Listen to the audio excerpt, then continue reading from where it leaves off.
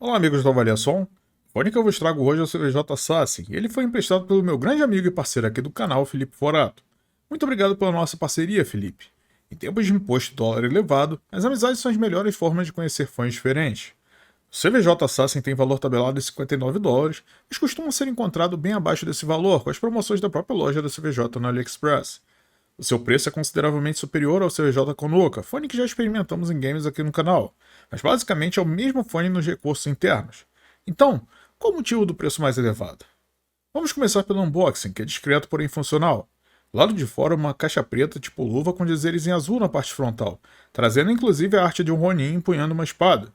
Já os detalhes sobre o fone estão na parte de trás, com letras na cor branca, felizmente. Do lado de dentro, temos uma caixa rígida, toda preta, e ao abrirmos temos acesso ao berço de espuma onde estão os fones, e logo ao lado, uma caixa menor que guarda os acessórios do fone. E é aí que o Assassin abre vantagem em relação ao Konoka. Dentro da caixa de acessórios está o kit de boas ponteiras de silicone, uma ferramenta para chavinhos de titânio, um microfone e dois conectores para o cabo, que é um de 3,5 mm tipo P3 e outro USB-C, bem como um adaptador de USB-C para USB-A. De fato, é um kit bem completo para um fone que busca ser gamer de fato. O cabo do Assassin é todo preto, bem construído e com revestimento por material emborrachado. O conector modular para a fonte é feito em metal, mesmo material visto no Team Slider e no Splitter. Já o conector para os fones é feito em plástico, e o seu padrão é 2 pins de 0,75 mm, que é menos comum do que 0,78. Portanto, cuidado se for utilizar esse cabo em outro fone. E no lado direito há um conector para o microfone, que, ao meu ver, falta também um controle de volume no cabo. O fone em si traz o mesmo formato do Konoha, que é bem volumoso. Ele é todo feito em metal com faceplate trazendo o nome do fone e a shell formando um corpo único com nozzle. E na ponta deste há um filtro de metal bem restritivo. As chavinhas de Tiny servem para ligar ou desligar a armadura balanceada e o driver vibratório. A chavinha da esquerda liga a BA, a da direita liga o driver vibratório. A CVJ recomenda as duas chavinhas desligadas no modo música, só a chavinha de BA ligada no modo monitor de áudio, só a chavinha do driver vibratório ligado no modo filmes e ambas as chavinhas ligadas no modo gamer. A sonoridade é gerada por um driver dinâmico de 10 mm para todas as frequências, uma armadura balanceada customizada pela CVJ para incremento nos agudos e um driver vibratório que atua em conjunto com os graves.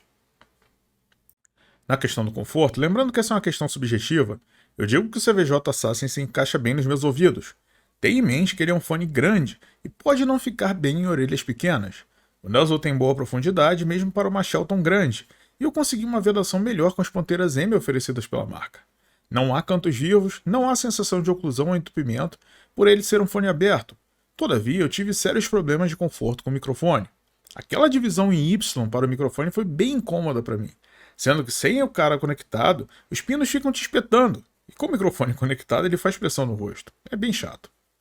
Por falar em microfone, essa é a sonoridade do microfone do CVJ Assassin. Eu estou com ele conectado via USB-C a um laptop e estou em um ambiente aberto sem nenhum tratamento de áudio. Pode-se notar que a sonoridade é um pouco abafada, e não há cancelamento de ruídos. Também não há controle físico de mudo no microfone. Ademais, o som captado pelo microfone é baixo. Na questão da sonoridade, eu utilizei o CVJ Assassin com as seguintes fontes: Hyper R4, Sony A306, KR-7 e fio cassete com conector 3,5 mm, e com USB-C eu utilizei o Sony A306, um iPhone e um laptop. Lembrando que eu ouço todos os fones sempre em volume baixo, em torno de 55 a 70 dB, de acordo com o aplicativo Saúde do iPhone e os meus AirPods. As minhas impressões podem ser diferentes de quem ouve em volumes mais altos e em fontes diferentes. O CVJ Assassin é um fone que se mostrou exigente para tocar. Em fontes mais fracas, a sua sonoridade é meio sem vida, mas isso pode ser solucionado com o conector USB-C. A CVJ não menciona o que foi feito no DSP do conector USB-C, mas de fato a sonoridade do Assassin fica muito mais viva com esse conector e inclusive o drive vibratório funciona melhor, até com volumes baixos. A sonoridade dele é um V aos meus ouvidos e passa a ver brilhante com a chave de BA ligada. Por sinal, o driver vibratório funciona mais do que no Konoka, mesmo com o conector 3,5 mm. Mas para músicas, esse driver mais atrapalha e incomoda do que ajuda, dando que as batidas são artificiais, diferente do impacto visceral que os subs naturalmente entregam em um fone tunado com esse propósito. E por falar em graves, o Assassin entrega sempre uma vigorosa intensidade de graves, com muita massa nos médio graves e subs bem presentes, mas com menos extensão do que eu gostaria em um rap ou hip hop. O fone vai bem com música eletrônica e pop e toca legal um What It Is.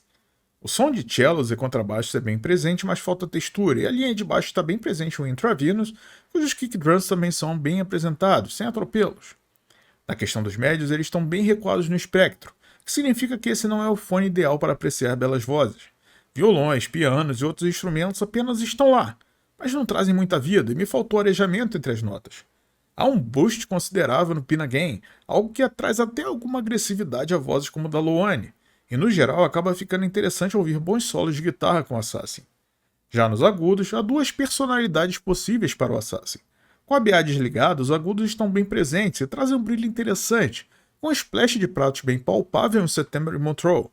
Há também um timbre interessante, extensão dentro do esperado e um bom equilíbrio no geral.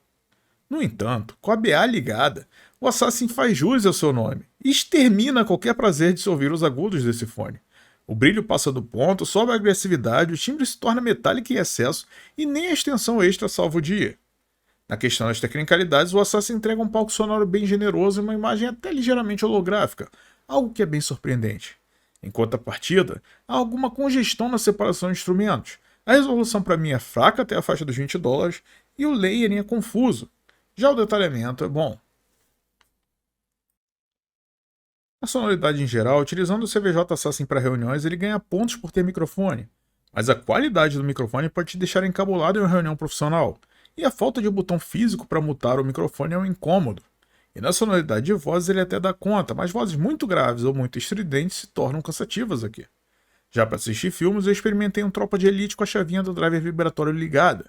E é até divertido ter aquele rumble artificial nas cenas mais intensas.